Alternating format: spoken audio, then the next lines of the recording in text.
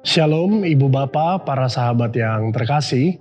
Mari kita menyambut hari yang baru, kita mendengarkan sapaan firman Tuhan, kita siapkan hati, kita berdoa. Tuhan, terima kasih karena kesempatan pagi hari ini, matahari kembali bersinar ya Tuhan bagi kami. Tuhan, kami akan menjalani hari kami, kiranya Tuhan perlengkapi kami dengan firman-Mu. Terpujilah nama-Mu dalam Kristus kami berdoa. Amin. Saudara-saudari yang terkasih, firman Tuhan yang menjadi bekal bagi kita hari ini diambil dari kitab Yeremia pasal 14 ayat 21. Janganlah engkau menampik kami oleh karena namamu, dan janganlah engkau menghinakan tahta kemuliaanmu.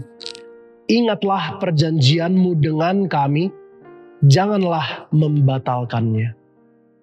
Ibu Bapa yang terkasih yang diberkati Tuhan Yesus, sebelum mendengarkan firman, saya ingin bercerita terlebih dahulu. Ada sebuah reality show di Amerika, mungkin tahun 2010-an awal, yang namanya adalah Nanny 911. Acara ini menayangkan bagaimana nanny atau pengasuh anak itu menawarkan pelayanan pengasuhan anak bersama para profesional. Itulah spesialis pengasuhan anak yang memperhatikan psikologi anak. Dan layanan ini sebetulnya ditawarkan pada keluarga-keluarga di Amerika yang super sibuk, yang ayah dan ibunya sama-sama bekerja sehingga anak-anaknya harus tinggal di rumah. Nah, ada pernah suatu tayangan di suatu scene bahwa diperlihatkan anaknya lagi manja, lalu mulai meledak-ledak, melempar kursi, memukul meja, berteriak-teriak dan lain sebagainya. Pengasuh itu kemudian memberikan ganjaran. Mereka membawa anak itu kepada kursi khusus, dibiarkan di sana selama 15-30 menit di kursi ganjaran itu. Lalu kemudian pengasuh anak itu datang kembali dan menasihati anak itu, lalu kemudian memeluknya. Begitu ya. Nah, ternyata berulang-ulang kali cara ini diulang oleh pengasuh anak itu ternyata ampuh.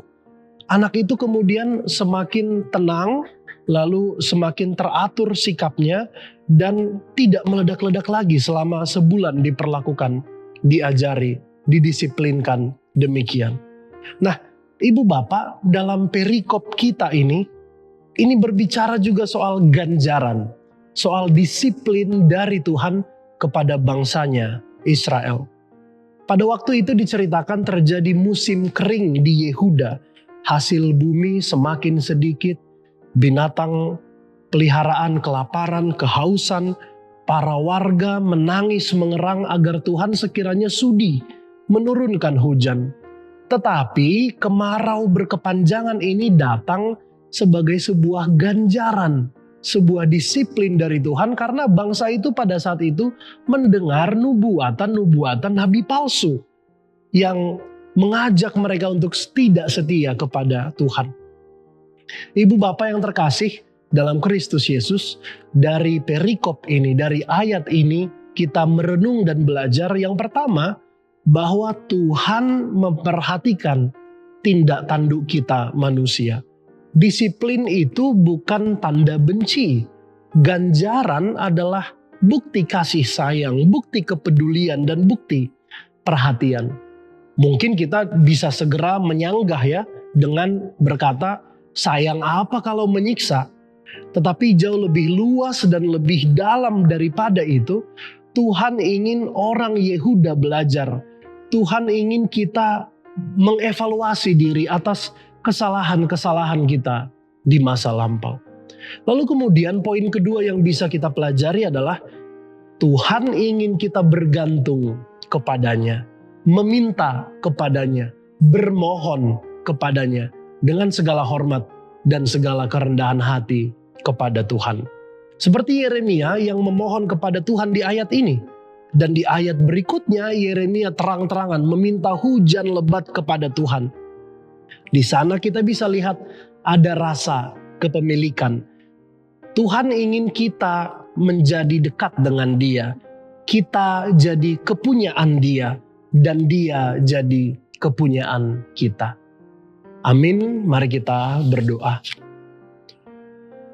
Puji dan syukur ya Tuhan, kami berterima kasih atas firman-Mu hari ini yang telah menguatkan, mengingatkan kami bahwa Tuhan memberi ganjaran karena Engkau tidak menginginkan kami terlalu jauh melenceng dari jalan yang lurus yang Engkau sediakan. Tuhan, kami secara khusus berdoa agar kiranya Tuhan melalui saudara-saudara kami, sekitar kami, orang-orang yang mengasihi kami, kerabat kami, terus mengingatkan kami agar kami tetap berdiri di jalan yang benar.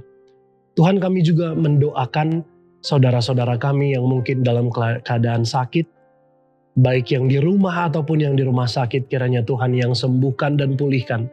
Bagi mereka ya Tuhan yang sedang berduka, kiranya Tuhan yang memberikan kekuatan, peneguhan, dan penghiburan.